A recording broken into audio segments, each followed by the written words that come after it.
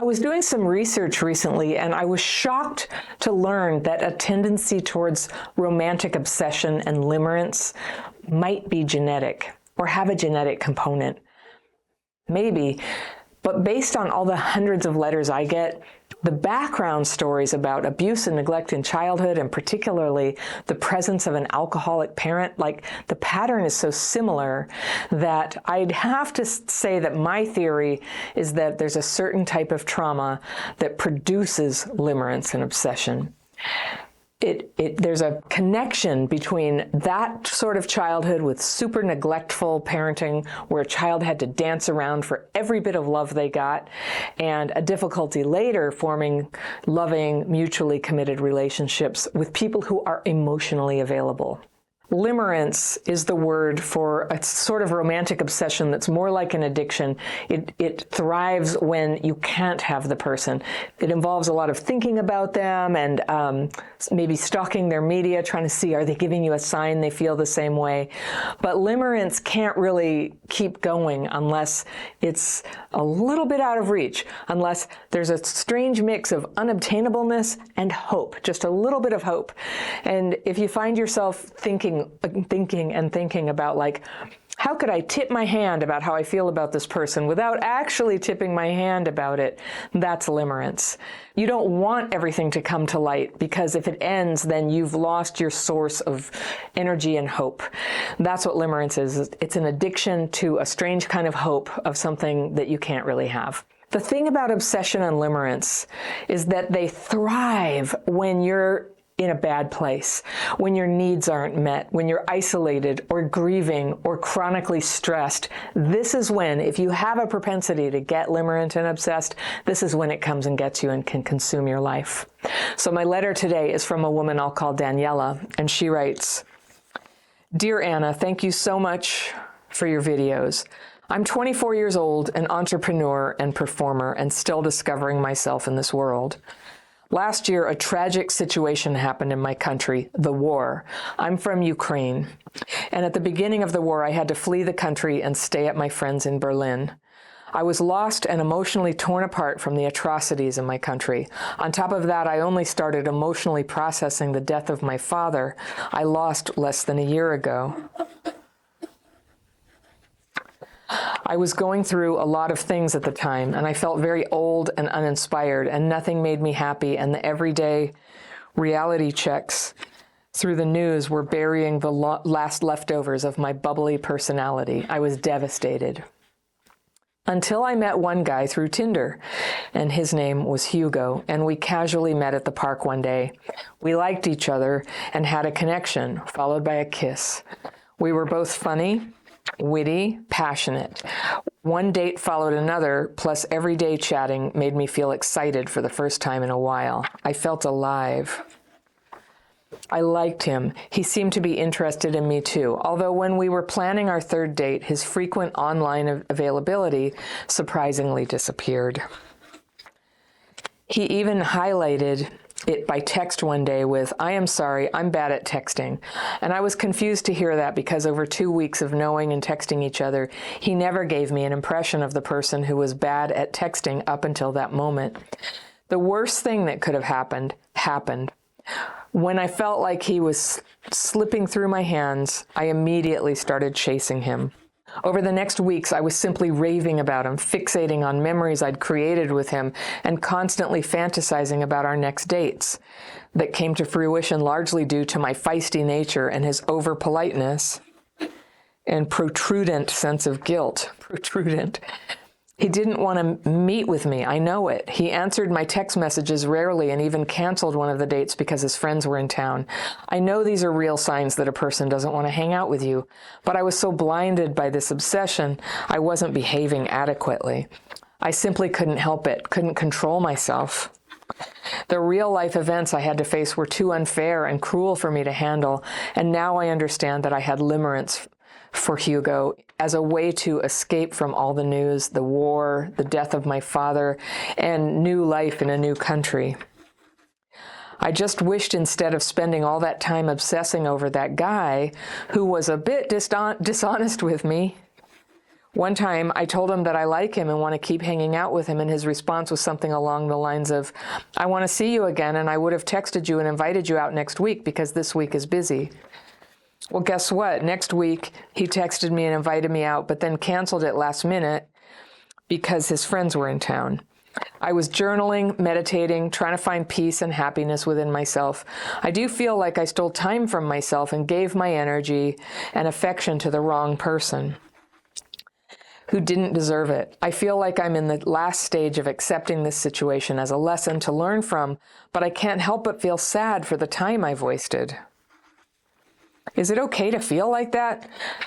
How do I move on from the situation once and for all? Thank you.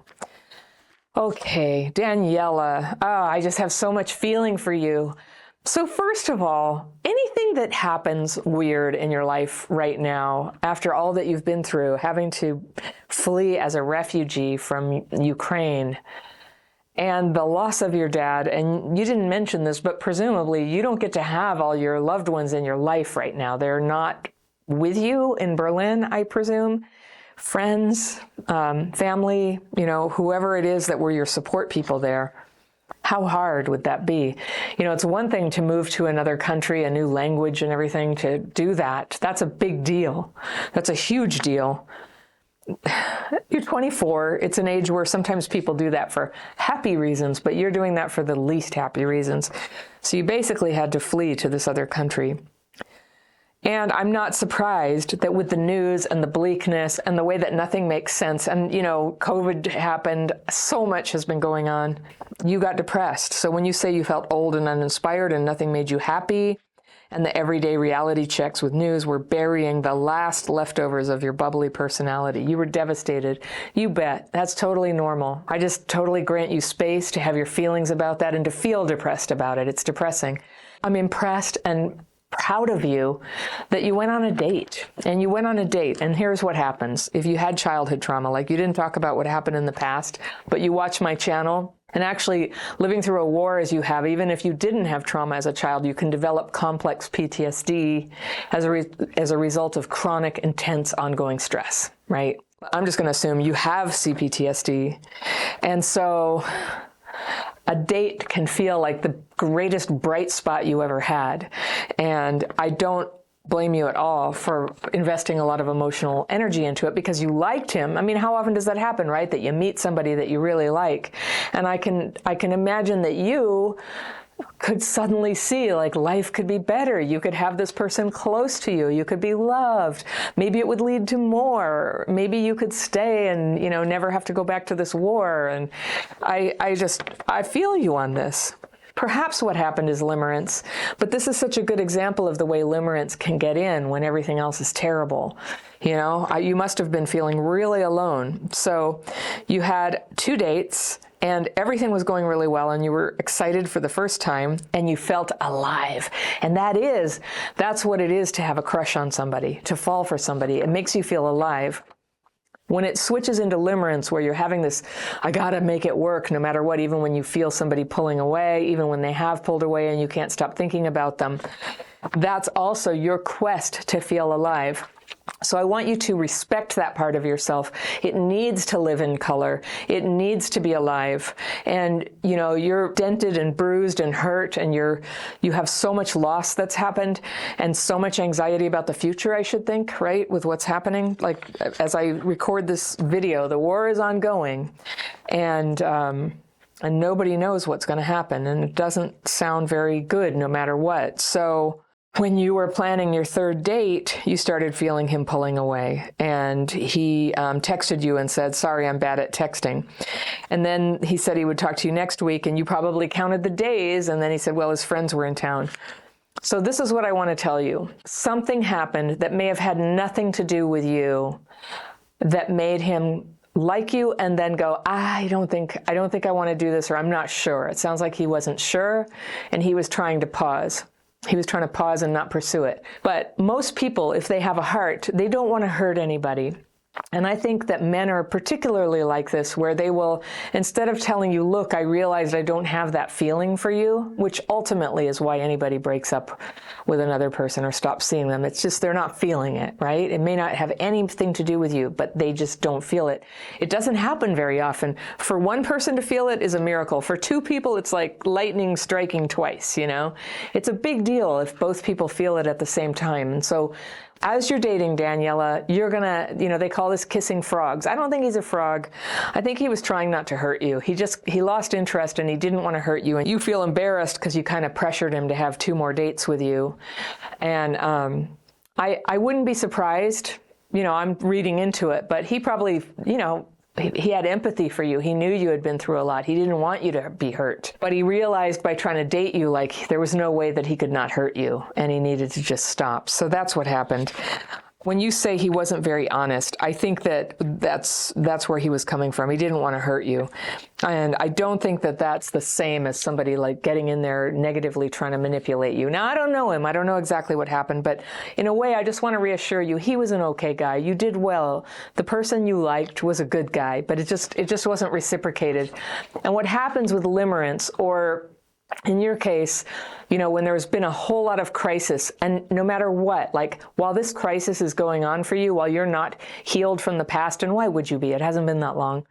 While you're going through that, it creates kind of a pressure, you know, like a tornado could form there. And it's a lot for somebody to take on. Like, it has to be a really amazingly special relationship, you know, to overcome the fact that one person is in a whole bunch of trauma right now.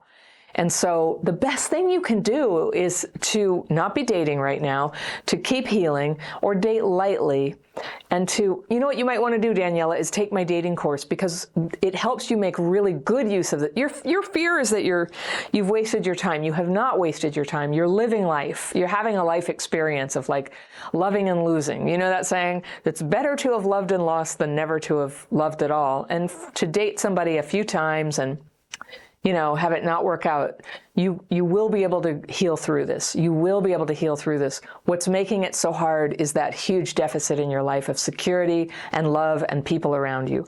So those are your goals right now. You need security, you need the love of friends, and you need people around you. And security is financial, and security is just knowing that if you're having a really tough emotional time, there's a space for you, there's people you can go to, and you'll get what you need. And so when you have more of that, you want to have tools. You want to have tools. So this is why I brought up the dating course. When a relationship has ended, it's this perfect, magical time where your awareness is really great. You know, when you're in a relationship, it's sort of like it puts you to sleep a little bit. When your heart is broken, you can feel it, you can think again. And this is a really good time to learn how to do something new in your romantic life. So that's why I suggest to you my dating course, because it teaches you to get very clear about what you want. And what you want is presumably somebody who's just as into you as you are into them. So when somebody's not into you, they actually they're not a good person for you. And so we end up focusing like, why couldn't I have them? But the fact is, they can only be a good person if they are into you. So it's kind of hard to see it when you're heartbroken, but he was no good for you. He didn't have that to offer. Of course you need that, and you deserve it, and you shall have it too one day. You just need to keep healing what you've been through. I don't know if you're going to stay in Berlin. This is going to be a time of change and adventure and uncertainty. And I encourage you strongly to find tools for healing that suit you, whether that's a 12-step group, a therapist, the program, my membership program, and the dating course, the coaching. These are all places where you can go to get tools to change your life for the better, to start working on that trauma wound. And then to find, and this is a very important thing, to find other women who are walking that healing path with you, who you can be friends with, who you can hang out with on Saturday night, who you can call when you're feeling torn up about what happened, or you're feeling like you're going to text him again and give it one more go to try to convince him. I know you don't want to do that. I know you know that ship has sailed. So you don't want to do that. And sometimes you need a friend to kind of sit with you and cheer you up and take you to the movies or for something nice to eat to help you ride it out and ride out that sad feeling. And the best kind of friend, I think, are the ones who use the daily practice, the writing fears and resentments and releasing those. That's like a great reason to get together with friends if you have people who also do that. And I happen to know there are lots of people in Berlin who do that.